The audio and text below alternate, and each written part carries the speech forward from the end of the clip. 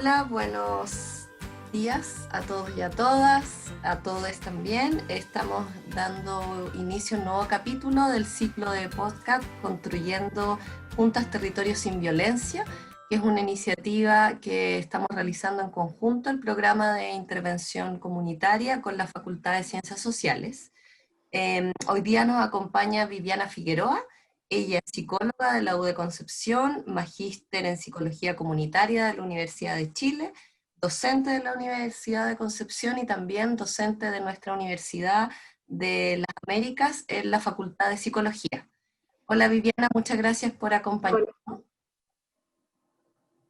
Viviana tiene experiencia en temas de violencia y reparación en género, y hoy día justamente queremos hablar un poco de este tema para clarificar varios conceptos y sobre todo en estos últimos tiempos que hemos visto un contexto donde han emergido nuevamente también en el discurso público los casos de violencia. Llevamos unas semanas bien álgidas con casos bien dramáticos en temas de violencia, pero primero queremos que nos ayudes, Viviana, a clarificar en realidad qué es lo que entendemos por violencia de género, a qué nos referimos con este concepto.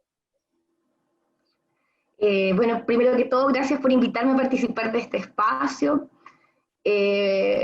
Cuando nosotros hablamos de violencia, yo me remonto un poco atrás, y pensábamos que violencia siempre se asociaba con lo físico, ¿no? Entonces violencia era si eras, por ejemplo, en un contexto de pareja, golpeada, ¿cierto? O empujada, pero se minimizaban otras violencias, ¿cierto? Que también dentro de la pareja existen, ¿ya? Dentro de la pareja o en otros contextos también.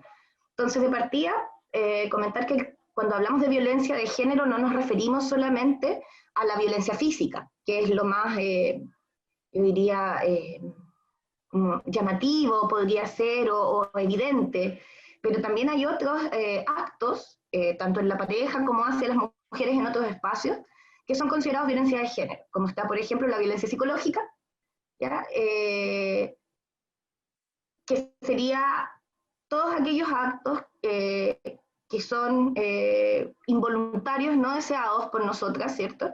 Y que de alguna manera nos generan algún sufrimiento o algún daño, ¿ya? Entonces esto puede ser muy amplio, puede ser desde una ofensa verbal, ¿cierto?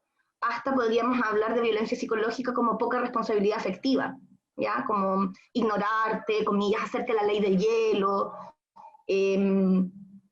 denigrarte o cosas más sutiles de pronto. ¿Ya? Entonces hay un gran espectro dentro de la violencia psicológica que muchas veces pasa minimizada, normalizada, incluso naturalizada. ¿Ya? Por otra parte, ya hemos visto que emergen otras violencias. La violencia sexual se comienza a visibilizar también, ¿cierto?, como una transgresión a nuestro espacio físico, a nuestra dignidad física también. Entonces la violencia sexual también se añade a esta comprensión de lo que es la violencia y se entiende no solo como el acto más brutal que nosotros podemos pensar de violencia sexual, ¿cierto? Sería la violación, que uno en nuestro imaginario como violencia sexual, claro, violación. Pero hay también una gama de distintas violencias sexuales a las que las mujeres podemos estar expuestas, ya tanto dentro de nuestra pareja como fuera en otros contextos. Desde, por ejemplo, todo este movimiento que ha habido en el último tiempo en contra del acoso callejero, ¿no? Y todo este concepto del no es no, Sí. que tiene que ver con resguardar, ¿ya? Y con aprender también a que eso es válido. Y otra cosa que ha emergido también, que no es que antes no fuera violencia, sino que ahora estamos viéndola y visibilizando, es la violencia sexual dentro de la pareja, ¿ya? Entonces, entendiendo, separando también el hecho de ser pareja y recordar que el consentimiento existe ahí también, ¿ya? Entonces, violencia sexual podríamos considerar no solo una violación, sino también algo muy común, que es sentirse presionada, por ejemplo, a tener relaciones sexuales para evitar malos tratos, incomprensiones, problemas, violencia, ¿ya? Posterior. Entonces, el hecho de sentirse presionada también puede ser. Dime. Viviana, ¿y cuáles son los motivos que hoy día se pueden como identificar que provocan estos casos de violencia. De todos los tipos que tú nos mencionas, hay algunas que están más visibilizadas que otras, como nos cuentas, y que nos ha costado asumir también que son violencia, ¿no? Hay cosas que tú mencionas que no estaban visualizadas como violencia y que hoy día sí hay un reconocimiento de ello. ¿A qué se debe en la explicación más social o cultural? ¿Qué es lo que sucede que estamos expuestas a tantos tipos de violencia? Bueno, partiendo por el concepto, ¿cierto? Me invitas a una conversación sobre violencia de género. Entonces, quisiera partir por eso, considerando que cuando hablamos de género es más de que si somos hombre o mujer, o de las características asociadas a mí ser hombre o ser mujer, sino que el concepto de género y desde la teoría de género que explica la violencia, lo que se nos cuenta es que históricamente, como a lo largo de la historia de la humanidad, el ser mujer, el nacer mujer es asociado a una situación de inferioridad. De inferioridad, en algún momento fue muy explícita, ¿cierto? Las mujeres no, éramos seres, criaturas emocionales, que no podíamos tomar decisiones, por lo tanto teníamos un marido, etcétera, que en el fondo pasaba a regular a esta criatura. Y luego fuimos emergiendo como un sujeto válido y hasta en este momento, ¿cierto?, posicionándonos por estar en una situación de equidad. Pero es esta inequidad a nivel histórico que de alguna manera nos da como una inferioridad de base la que promueve la existencia de distintos tipos de violencia, ¿ya? Entonces, es por eso que cuando se trabaja en prevención en violencia, lo que se trata de hacer es, de alguna manera, comillas, empoderar, ¿ya? O hacer un fortalecimiento para poder llegar a una situación de equidad. Entonces, es esta situación de inequidad social, cultural, histórica, la que de alguna manera nos hace ver como sujetos que podemos recibir violencia o cuya subjetividad puede ser controlada, ¿cierto? Manejada, guiada. Y si no es manejada como se quiere y si no es guiada de la manera en que se espera, por lo tanto la violencia es una forma todavía válida de control de nuestras vivencias, de nuestras decisiones.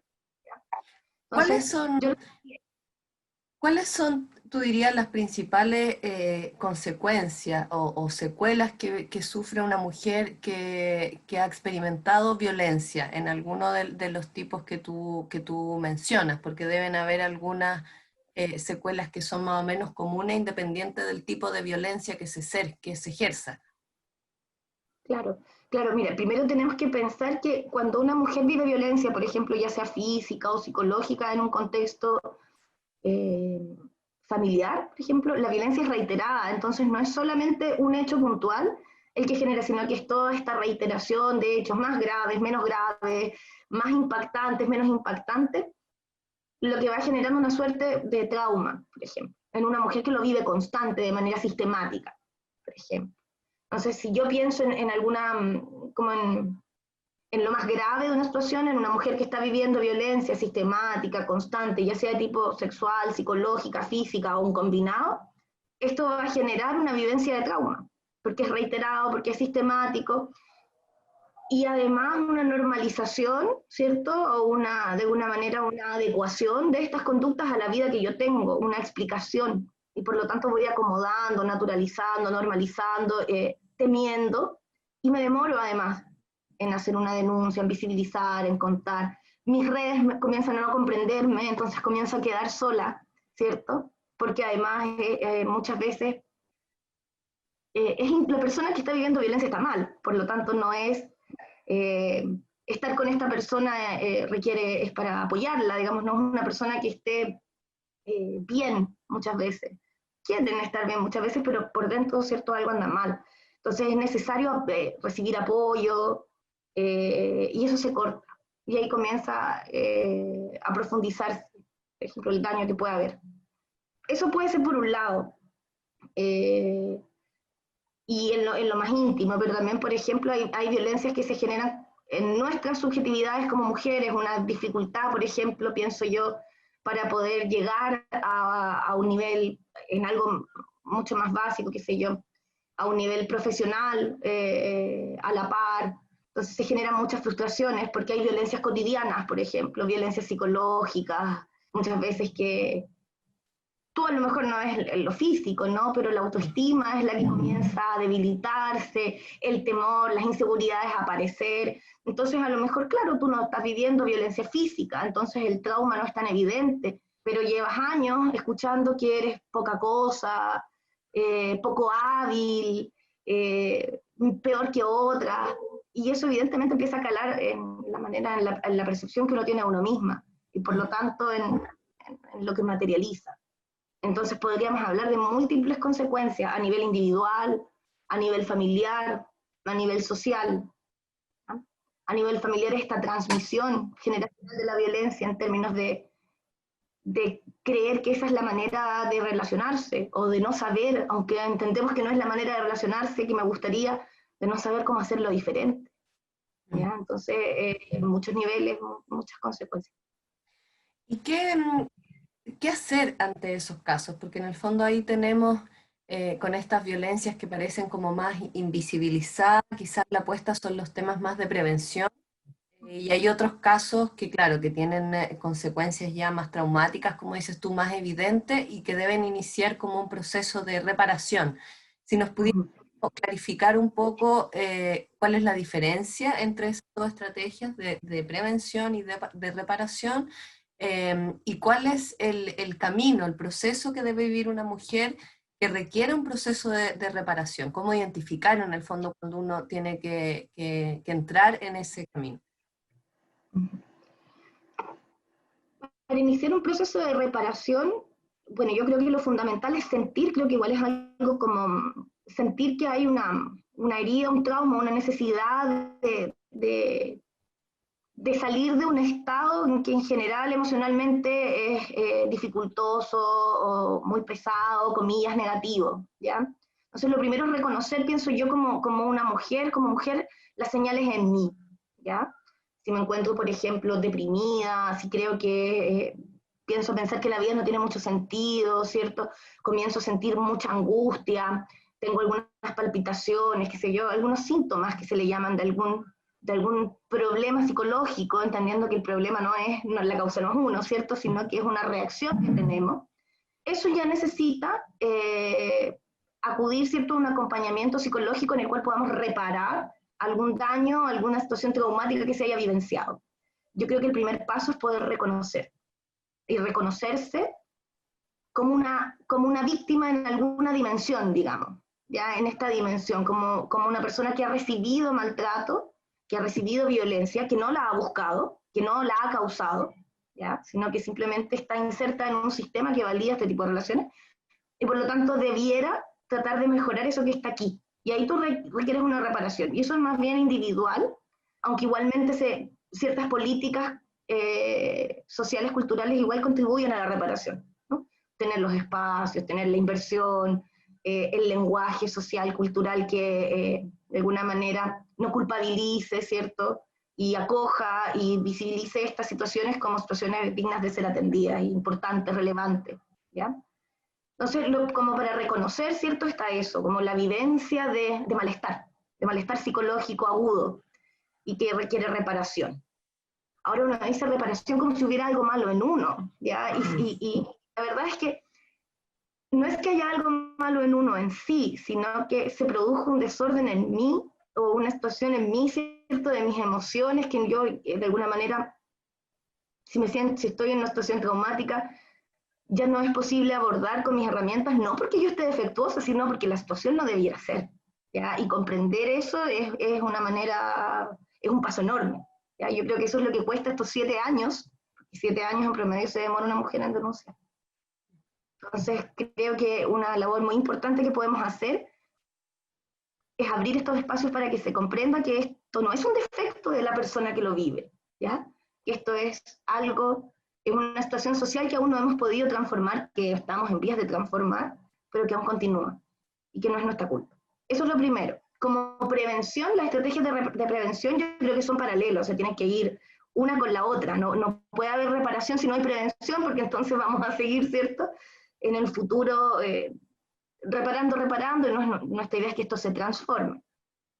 Y en toda la parte de prevención está todo aquello que podemos hacer para cambiar la cultura, para cambiar el lenguaje, para cambiar nuestras relaciones, para visibilizar aquellas cosas que están normalizadas, naturalizadas en algunos casos, ¿cierto? Para, ¿cómo se llama? Problematizar, que es un concepto que ocupamos en psicología comunitaria, por ejemplo, que es esta cosa de observar nuestras relaciones cotidianas y preguntarnos aquello que consideramos obvio y que consideramos como dado, hacernos algunas preguntas a ver si es que en realidad consideramos que no nos parece tan normal, que lo aceptamos nomás, ¿ya?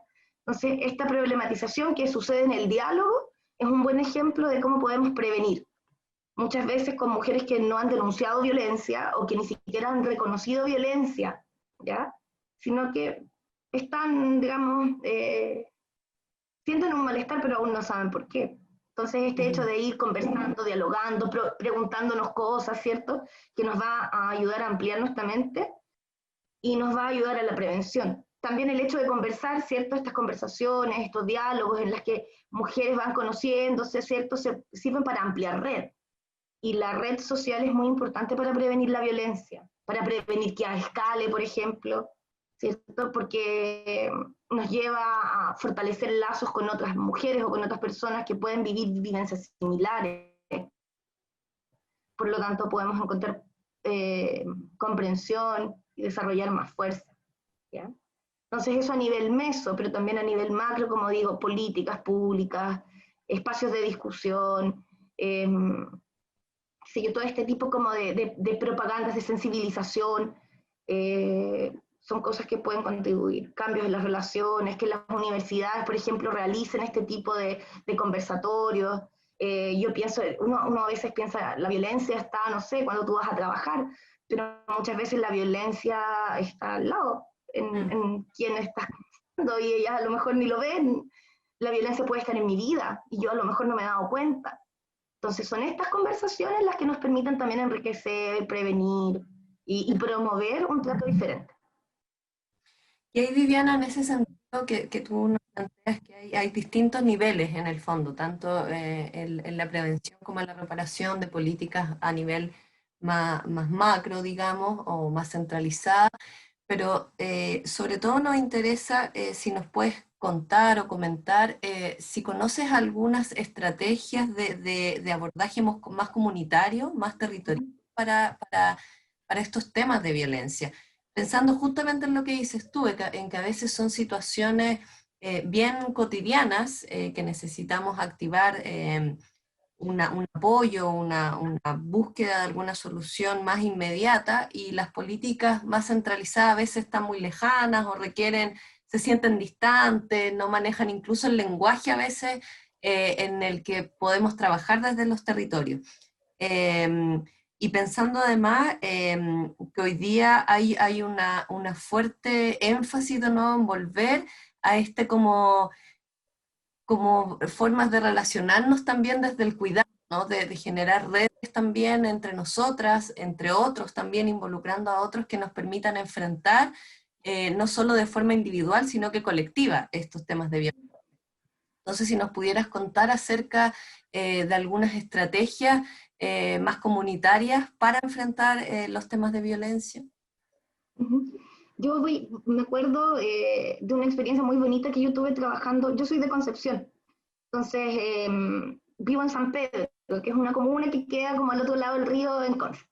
Sí. Entonces aquí mismo trabajé hace unos años en un lugar que es estigmatizado, un barrio bien estigmatizado, bajos recursos, pero además alto estigma, ¿ya? Como, y en este lugar yo trabajé inserta, era un centro comunitario, que estaba aquí dentro de una casa, como otra casa de allá del sector, ¿ya?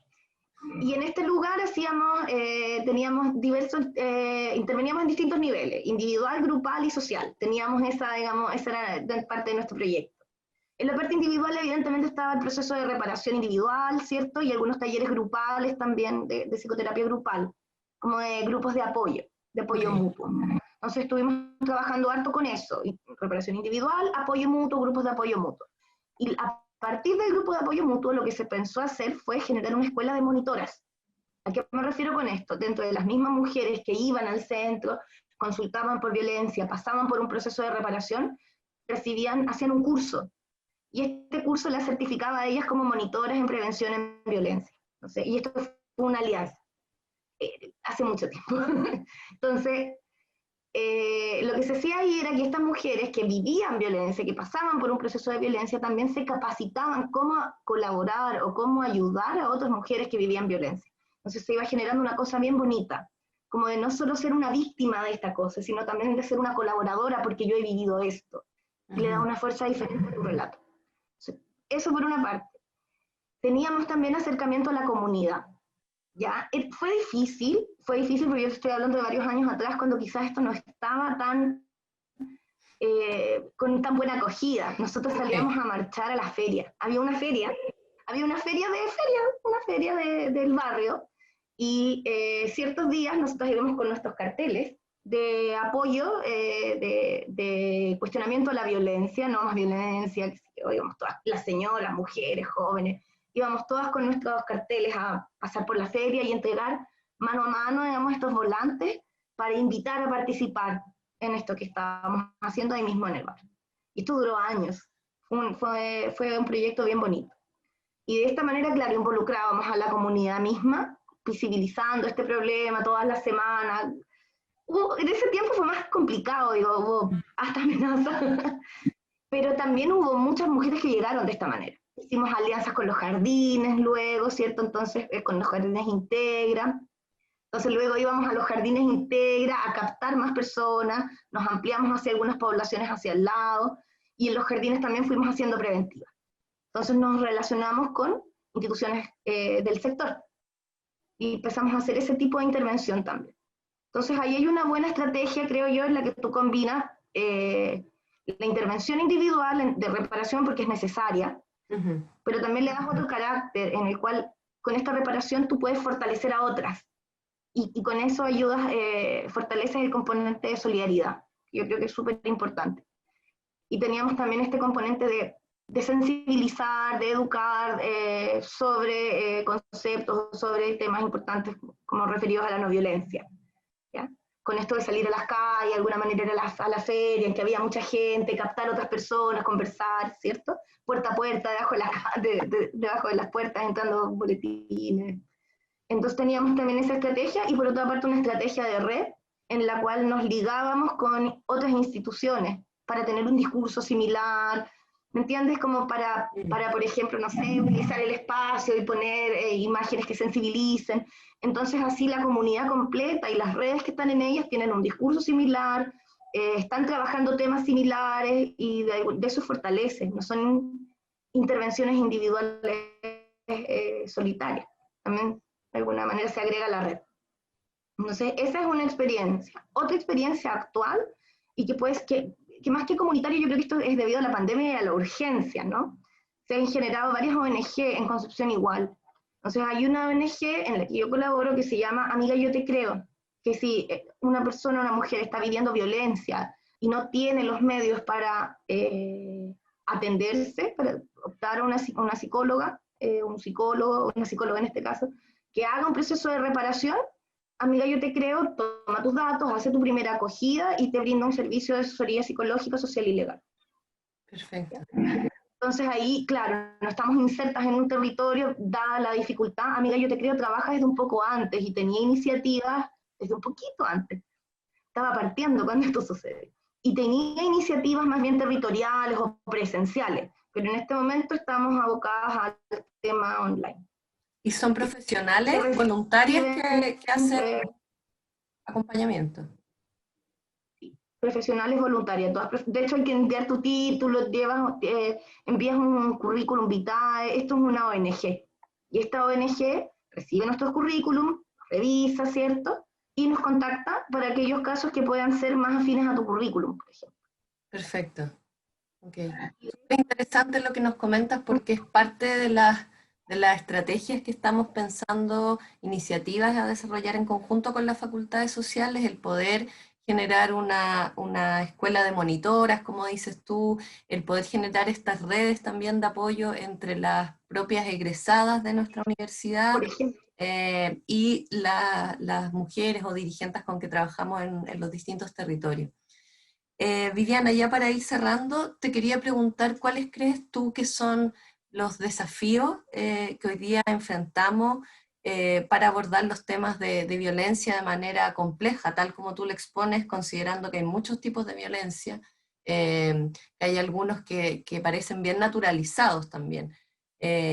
¿Cuáles consideras que son estos principales desafíos que nos interpelan un poco a seguir trabajando en esta línea también como universidad, desde donde estamos posicionadas hoy, ¿no? Bueno, los desafíos son enormes, pero pienso en algo súper concreto y que es como nosotros como profesionales nos acercamos, por ejemplo, a estos casos. Yo, como profesional psicólogo, trabajador social, pero también otros organismos, por ejemplo, carabineros, cómo hacen acogida. Creo que es súper importante aún visibilizar la gravedad de esta situación, la importancia y no eh, como abordarlo desde la manera adecuada, no sugerir, por ejemplo, hay intervenciones terribles, como que te sugieren que tú te abuenes con tu marido, vuelvas a tu casa porque todo esté bien. Entonces, de alguna manera, creo que uno de los desafíos en que los profesionales que hacemos primeras acogidas, y eso a lo largo de todos los sistemas, digamos, no solo psicólogos y psicólogas, sepamos abordar, acoger esta problemática, darle la prioridad que se merece, ¿cierto? Y activar la red de manera inmediata. Eso es una cosa.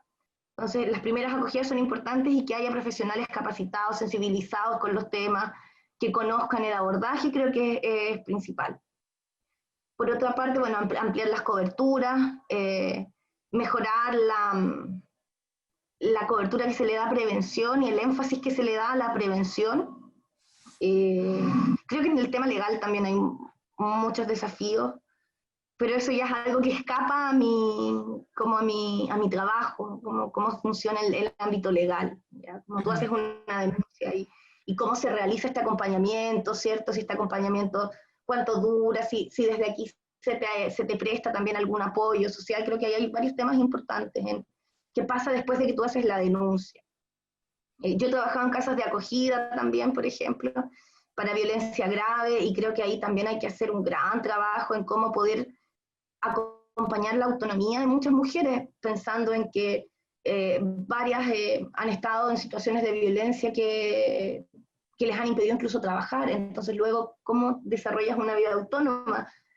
Por lo tanto, requieres mucho apoyo. Entonces, claro, fortalecer ese rol, por ejemplo, el de en violencia grave, las casas de acogida, los acompañamientos, cómo se trabaja la autonomía de una mujer con familia, ¿cachai? Con hijos, con hijas, en una situación completamente nueva. Entonces creo que ahí también hay desafíos de acompañamiento. Creo que estos desafíos están en cobertura, en cobertura y en un abordaje que sea específico, con conocimiento, con profesionales sensibilizados.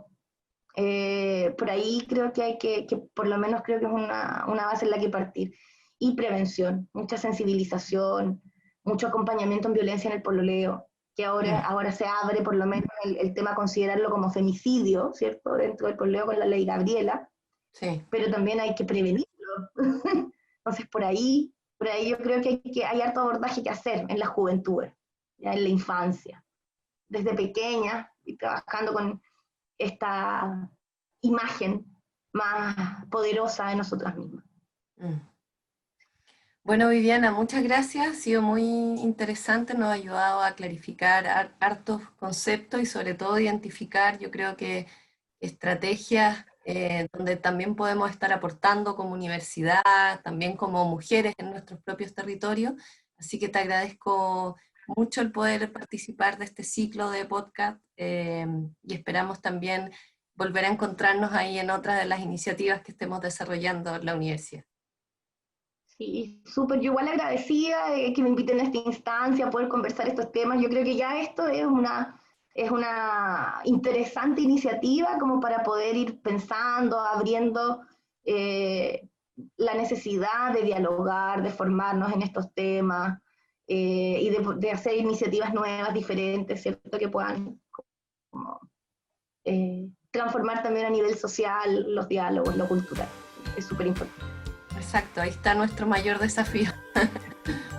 Bueno, Viviana, muchas gracias. Que estés muy bien, que tengas un lindo día. Chao. Chao.